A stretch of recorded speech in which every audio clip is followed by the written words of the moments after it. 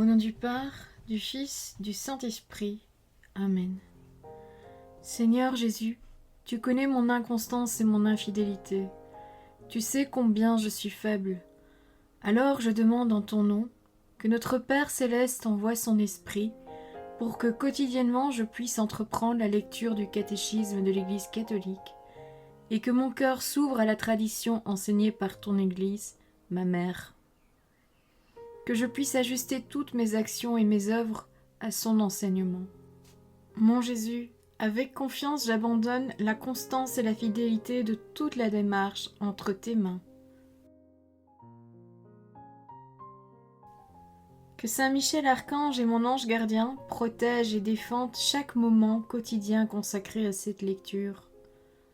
Maintenant, avec toi et par ta voix, disons: Notre Père, qui es aux cieux, que ton nom soit sanctifié, que ton règne vienne, que ta volonté soit faite sur la terre comme au ciel.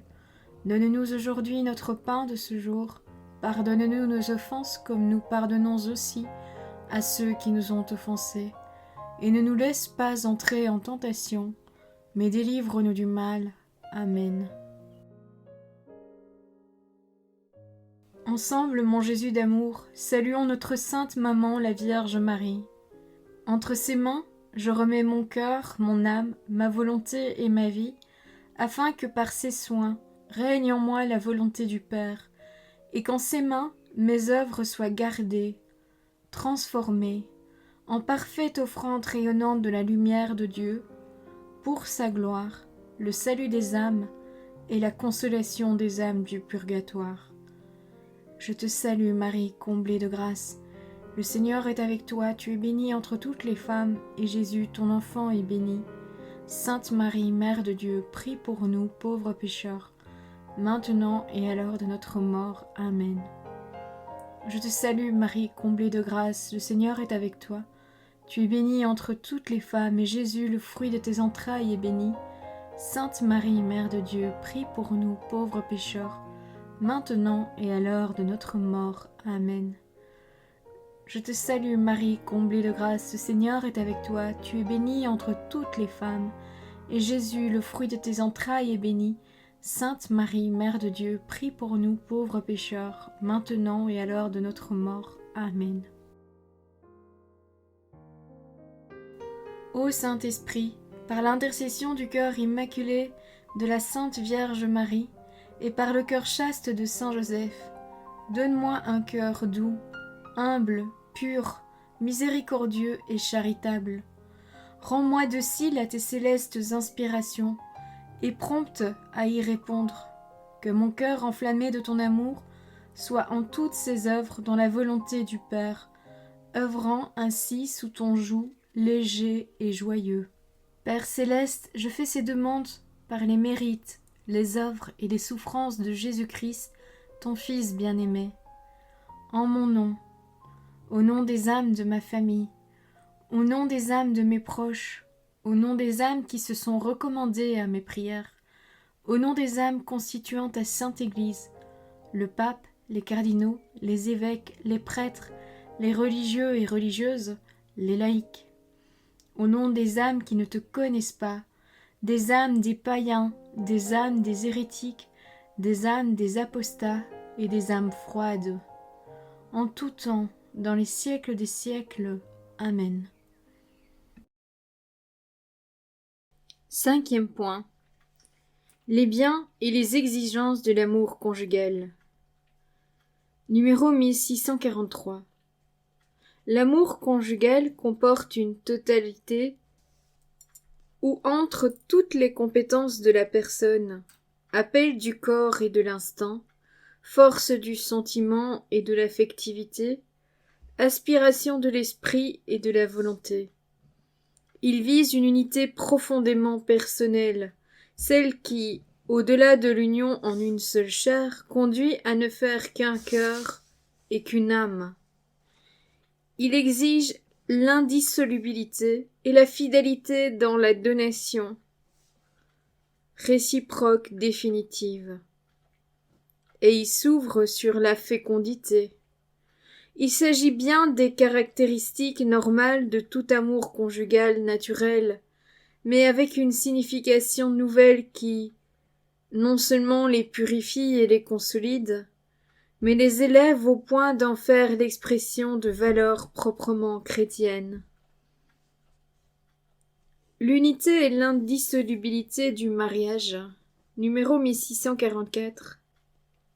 L'amour des époux exige, par sa nature même, l'unité et l'indissolubilité de leur communauté de personnes qui englobe toute leur vie. Ainsi, ils ne sont plus deux, mais une seule chair. Voir l'Évangile selon saint Matthieu, chapitre 19, verset 6. Ils sont appelés à grandir sans cesse dans leur communion à travers la fidélité quotidienne à la promesse du don mutuel total que comporte le mariage. Cette communion humaine est confirmée, purifiée et parachevée par la communion en Jésus-Christ, donnée par le sacrement de mariage. Elle s'approfondit par la vie de la foi commune et par l'Eucharistie reçue en commun. Numéro 1645. L'égale dignité personnelle qu'il faut reconnaître à la femme et à l'homme, dans l'amour plénier qui se portent l'un à l'autre, fait clairement apparaître l'unité du mariage, confirmée par le Seigneur. La polygamie est contraire à cette égale dignité et à l'amour conjugal qui est unique et exclusif. La fidélité de l'amour conjugal. Numéro 1646. L'amour conjugal exige des époux, de par sa nature même, une fidélité inviolable. Ceci est la conséquence du don d'eux-mêmes que se font l'un à l'autre les époux. L'amour veut être définitif. Il ne peut être jusqu'à nouvel ordre. Cette union intime, don réciproque de deux personnes, non moins que le bien des enfants, exige l'entière fidélité des époux et requiert leur indissoluble unité. Numéro 1647. Le motif le plus profond se trouve dans la fidélité de Dieu à son alliance, du Christ à son Église. Par le sacrement de mariage, les époux sont habilités à représenter cette fidélité et à en témoigner. Par le sacrement, l'indissolubilité du mariage reçoit un sens nouveau et plus profond. Numéro 1648. Il peut paraître difficile, voire impossible, de se lier pour la vie à un être humain.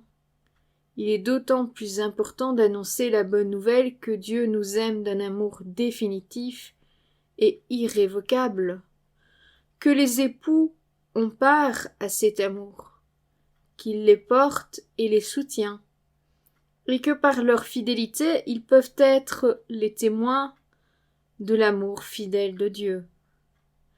Les époux qui, avec la grâce de Dieu, donnent ce témoignage, souvent dans des conditions bien difficiles, méritent la gratitude et le soutien de la communauté ecclésiale. Numéro 1649. Il existe cependant des situations où la cohabitation matrimoniale devient pratiquement impossible pour des raisons très diverses. En de tels cas, l'Église admet la séparation physique des époux et la fin de la cohabitation. Les époux ne cessent pas d'être mari et femme devant Dieu. Ils ne sont pas libres de contracter une nouvelle union. En cette situation difficile, la solution la meilleure serait, si possible, la réconciliation. La communauté chrétienne est appelée à aider ces personnes à vivre chrétiennement leur situation, dans la fidélité aux liens de leur mariage qui reste indissoluble. Numéro 1650. Nombreux sont aujourd'hui, dans bien des pays, les catholiques qui ont recours au divorce selon les lois civiles et qui contractent civilement une nouvelle union. L'Église maintient, par fidélité à la parole de Jésus-Christ, quiconque répudie sa femme et en épouse une autre, commet un adultère à l'égard de la première. Et si une femme répudie son mari et en épouse un autre, elle commet un adultère. Voir l'Évangile selon saint Marc, chapitre 10, les versets 11 et 12. Qu'elle ne peut reconnaître comme valide une nouvelle union, si le premier mariage l'était. Si les divorcés sont remariés civilement, ils se trouvent dans une situation qui contrevient objectivement à la loi de Dieu. Dès lors, ils ne peuvent pas accéder à la communion eucharistique aussi longtemps que persiste cette situation. Pour la même raison, ils ne peuvent pas exercer certaines responsabilités ecclésiales. La réconciliation par le sacrement de pénitence ne peut être accordée qu'à ceux qui se sont repentis d'avoir violé le signe de l'alliance et de la fidélité au Christ, et se sont engagés à vivre dans une continence complète. Numéro 1651. À l'égard des chrétiens qui vivent en cette situation et qui souvent gardent la foi et désirent élever chrétiennement leurs enfants, les prêtres et toute la communauté doivent faire preuve d'une sollicitude attentive afin qu'ils ne se considèrent pas comme séparés de l'Église, à la vie de laquelle ils peuvent et doivent participer en tant que baptisés. On les invitera à écouter la parole de Dieu, à assister au sacrifice de la messe, à persévérer dans la prière, à apporter leur contribution aux œuvres de charité et aux initiatives de la communauté en faveur de la justice, à élever leurs enfants dans la foi chrétienne, à cultiver l'esprit de pénitence et à en accomplir les actes afin d'implorer jour après jour la grâce de Dieu.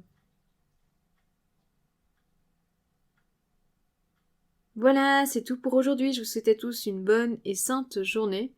Que le Seigneur nous bénisse tous, que votre ange gardien veille bien sur chacun d'entre vous, et que la paix habite le cœur de chaque membre de nos familles.